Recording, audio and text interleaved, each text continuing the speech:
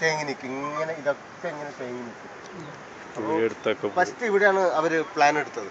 എന്നിട്ടാണ് പാത്രക്കടവ് അവിടെ ആക്കി, അവിടെയും റദ്ദാക്കി. മണ്ണാർക്കാട് മറ്റേ എക്കോ ടൂറിസ്റ്റ് അതിന് അനുവാദം ഉണ്ടത്രേ, ക്യാൻസലായി. മാർഗഴിയിൽ മല്ലിക പൂത്താൽ മണ്ണാർക്കാട് ദൂരം.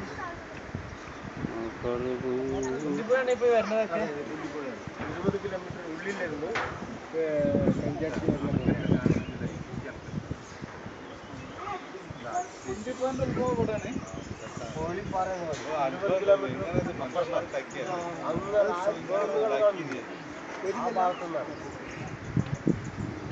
പായസം ഉണ്ടാക്കിയുണ്ടോ?